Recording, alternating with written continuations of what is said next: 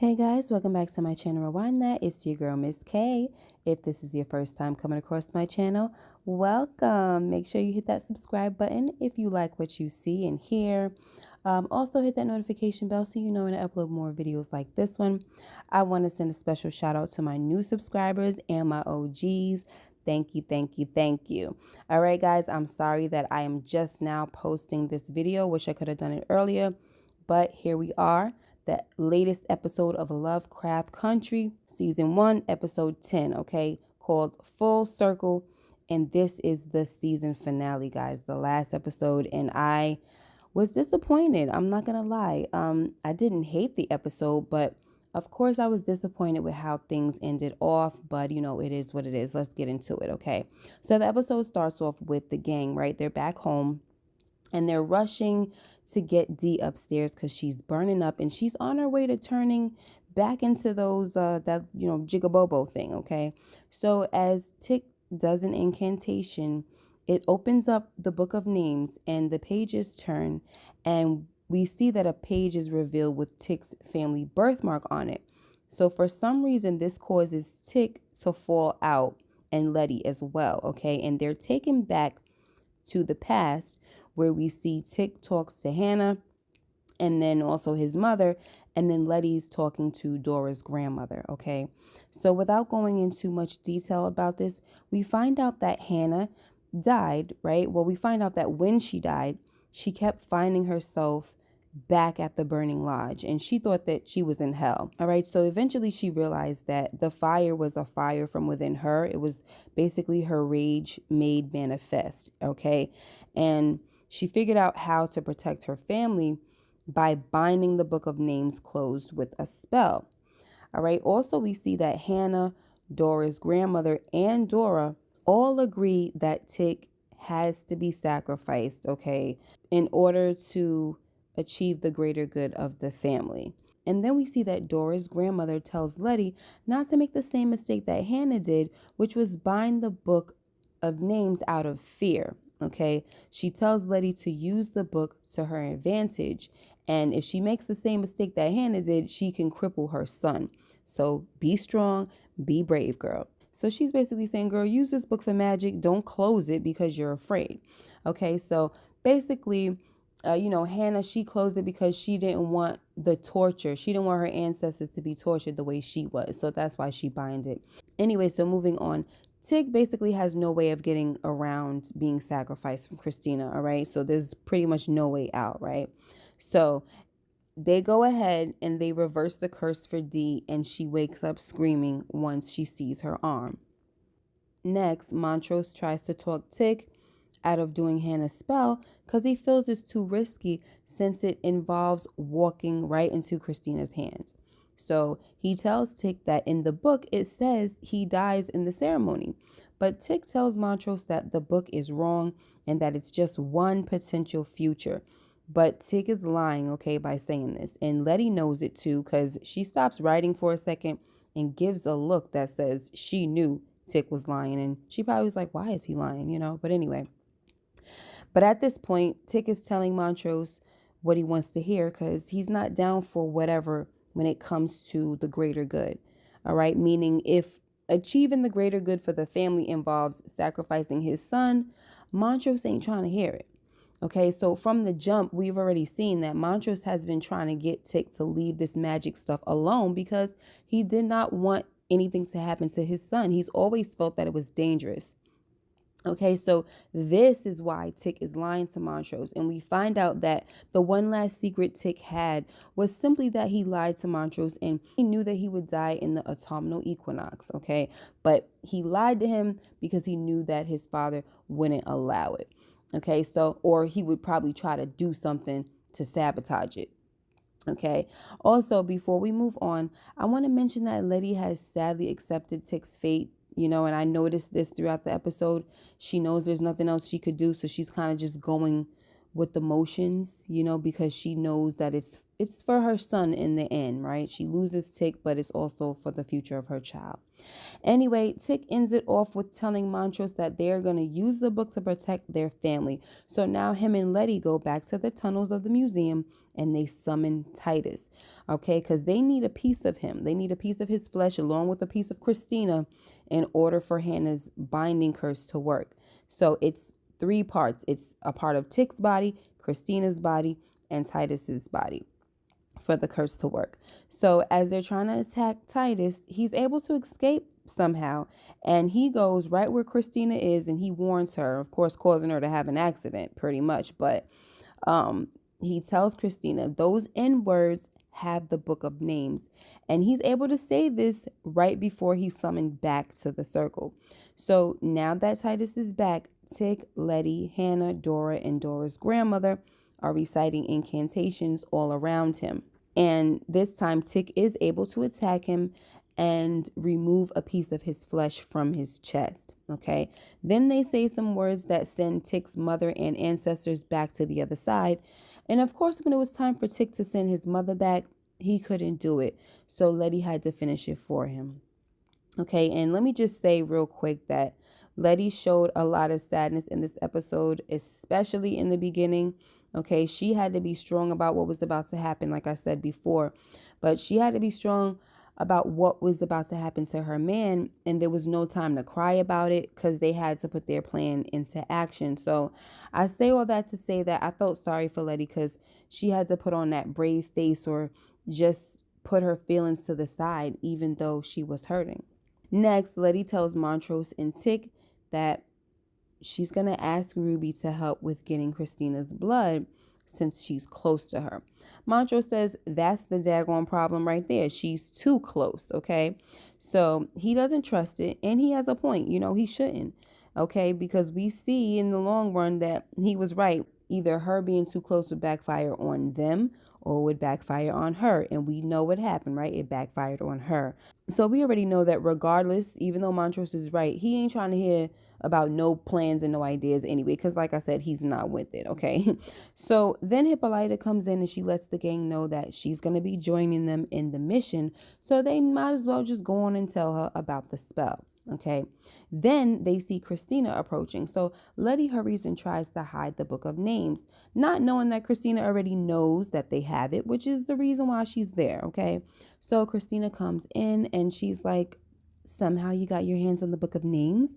Give it to me so I can figure out how to become immortal without using you, right? But Tick says no. So Christina gets pissed off, okay, and she recites an incantation that takes Letty's mark of Cain away, so she's no longer invulnerable. Okay, so anyway, before that, she tried to start off by saying that this whole thing is impersonal and that it's not a generational hate. Our families aren't at war. So Montrose says, oh, the heck, it ain't personal. Okay, you're trying to kill my son. And that's when Christina tells him that, Tick's death is a consequence of her spell, what she wants to achieve with her spell. In order for it to work, that's what she needs. But now that they have the book of names, she can see if there's something else available. She could find another way. But Tick says no. Okay, so their whole goal, Hanna, everybody, they already made it clear. We're not allowing these white folks to have this book of name. Their main mission right now, Tick got to be sacrificed for them to take magic away from these white folks. And that's pretty much what we find out in the end. That's what they really want to do. Okay, so Tick says no. And that's why she goes and takes the invulnerability from Letty. But when she did that, in my mind, I was like, okay, well, all bets should be off now, right? Because if Christina doesn't hold up her end of the bargain, Tick shouldn't hold up his, because he agreed that if she reset the curse for D, then he has to willingly come to Ardham for the Autumnal Equinox. Okay, so that already forfeits things in my mind, you know what I'm saying? But because Tick already ran into his ancestors and his mom and things like that, and they told him, you got to do this to save the family, it's not even about Christina at this point. This is about you saving the family, the whole family, and making sure that white people do not get a hold of this book, and making sure that you take magic from them for good. Okay, so it's bigger than this whole thing now at this point. So that's been the game changer in this episode for us and the reason why we had to lose Tick, unfortunately. Okay. All right. So now Letty, the gang goes back to Letty's house, and we see that a black family has moved in across the street. So, Letty's moving to the north side actually seemed to spark a movement, which is cool, okay? Anyway, as the gang goes inside the house and they pass the blood-stained mark on the door, which is to protect them from magic and stuff, right? They seem to be all looking at it for some reason. And I felt like it was kind of weird. I mean, I know it was weird for Dee, but Tick and Letty, they know the deal already, right? But for some reason, they were focused on it and Tick was focused on it. And I don't understand why. But anyway, I just had to point that out. So anyway, Tick goes to meet up with Jiha and he apologizes to her about how he spoke to her at the house that day. He lets her know that what they had was real, but admitting that would have meant that he had to admit that she was right about him dying as well. Anyway, they end the meeting on a good note. Tick tells Jiha that she's family to him and he brings her on board. Okay. Next, Letty meets up with Ruby at their mother's gravesite, and she tells Ruby that the reason why she missed their mother's funeral is because she was in jail. Then she starts telling Ruby what family really is and how they've had it all wrong this whole time. Then she shows Ruby that she has the book of names and that she needs her to help to get to Christina, right? We need a part of Christina's body. So Ruby says, there you go again, girl, up to the same old stuff. The only reason you want to act like sisters is because you need something from me, right? Of course, I'm paraphrasing. So Ruby starts to walk away because she's like, Letty, you over here talking about family, but you the one that got it all wrong. And you don't even notice that you still got it wrong. So as she walks away, Letty stops her and says, wait, there's more. So we never hear what Letty told Ruby to get her to change her mind. But my guess is that Letty told Ruby that Christina took her invulnerability away. Okay. That right there probably had Ruby thinking like, oh, heck no, girl. I asked you to promise that you're not going to hurt my sister and you go turn around and take her invulnerability away. So, at this point, she's probably wondering what Christina's plans are now. That's why I think she decided to help Letty. Next, Hippolyta tries to get back into Dee's good graces because Dee is pissed that she left her. Hippolyta tells Dee that she has every right to be mad at her and she's going to make it up to her, starting with making sure that Dee will be able to draw again. So she takes Dee into this room where we hear this machine going, okay? And it sounds like it's a pretty big machine. We didn't get to see it, but obviously we find out later that Hippolyta used this machine to build Dee a metal arm. Next, Tick and Letty finally take a break where they can have their final moments of tenderness, okay? This takes place in a church where Letty asks Tick to get baptized with her. We also see here that Tick is weighed down by what's about to happen, okay? He's sad and worried about Letty and their unborn child, especially now that her invulnerability is gone. Letty takes the time to assure Tick that they're going to be okay. God is going to protect them and things like that. And, Tick is telling her that he wish he could believe that, but Letty's still going forth and she was just trying to be really encouraging. It was a tender moment. I'm glad that they made sure that we had that final tender loving moment between Letty and Tick because we know that it's not going to happen again so far, okay?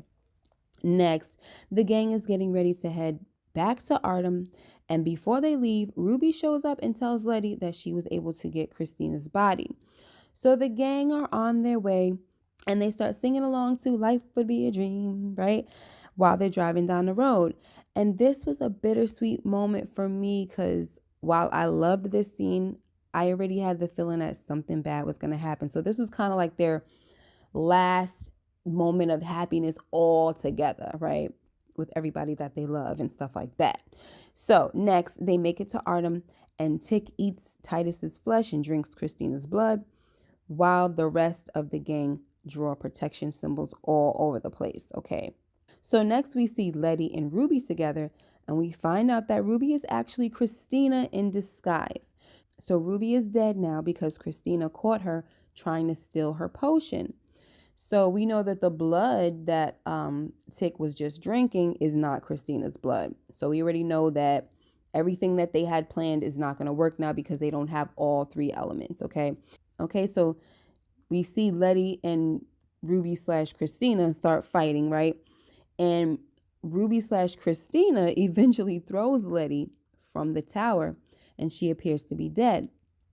And during this time, Jiha, Hippolyta, and Montrose are out fighting with the villagers, and they get captured and brought to Tick's ceremony. So Montrose is laid out somewhere, so he's unable to witness this, which is good because, of course he don't want to see that. Okay, so as Christina has Tick's blood pouring over her, Letty awakens suddenly and the mark of Cain is back on her. All right, so she goes to show herself to Tick, who thought that she was dead. And because of this, he lost all hope, okay? He was feeling helpless strapped to that thing. Like, oh my gosh, what was this all for? You know what I mean? All right, but once he saw Letty, she mouthed to him that she loved him, and he smiled, and then he died, right? Oh man, so then Letty comes behind Christina and stabs her with that huge knife and tries to recite the spell. But Hippolyta tells Jiha that the spell won't work unless Tick and Christina's bodies are connected. So Jiha goes to do her thing and connects their bodies with her foxtails. So because of this, the spell worked and Letty was able to reverse Christina's immortality and block her from using magic along with every white person in the world. So Montrose wakes up and he goes over to Tick and he says, "Come on, Tick, let's go. It's over now, boy," And it was just so sad to watch. And I was just very disappointed behind this because I was thinking, if there's a season 2, how can I watch it without Tick, Anyway, Hippolyta gives a letter to Montrose that Tick wrote, in which he asks Montrose to make the best of his second chance at being a father to his son, George. Tick also let Montrose know that he wishes his father supreme happiness, okay? After all that, we see them carrying Tick's body away from Ardham. And then we have a scene where Dee finds Christina trapped under some rubble and ignores Christina's plea for help, okay? Instead, Dee takes her new metal arm, wraps it around Christina's neck, and squeezed the life out of her, okay? And Dee was seemed like she was pretty comfortable doing this too, okay? Now, one thing I'll say about the metal arm is, remember when Tick told Montrose that he went back into the future, or well, not back into the future. When he went into the future, he was pushed back into the portal by a metal arm, and the lady with the metal arm gave him the book as well. Okay, well, she gave him the book and then pushed him back into the portal. All right, so we see that now that this was Dee from the future. Okay, and this is kind of already hinted at during, I think, episode 8, when that whole situation happened with her arm and she was attacked by those jigabobos. Many people already figured that was going to happen because we saw her arm pretty much deteriorating. Now, before I get out of here, guys, I just want to mention a few things. One is that while Jiha connected Tick and Christina's body with her foxtails, she was able to see both their memories, right? Because that's what happens when she's attacking people with those tails. All right. She saw Ruby/Christina restore Letty's invulnerability after she threw her from the tower. So that's how Letty was able to come back, because we saw in the vision that while she threw her out the window, she looked over her and she was reciting some incantation, which restored the mark of Cain to Letty. And that's how Letty was able to get back up again.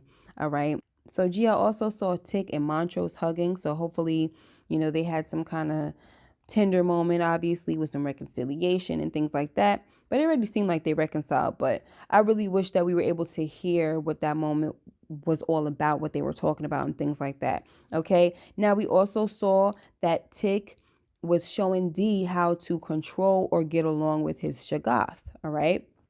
Another thing is that while many people draw connections to the book, right, the book Lovecraft Country, written by H.P. Lovecraft, that makes total sense. Of course, they should do that because that's what the show is kind of based off of. While they're doing that, I myself have found a few connections from the Bible, at least from last week's episode to this one now. So one connection that I made was with Tick being the mysterious stranger that saved his parents and his uncle the night of the riots, right? It reminded me of a story in the Bible of Shadrach, Meshach, and Abednego.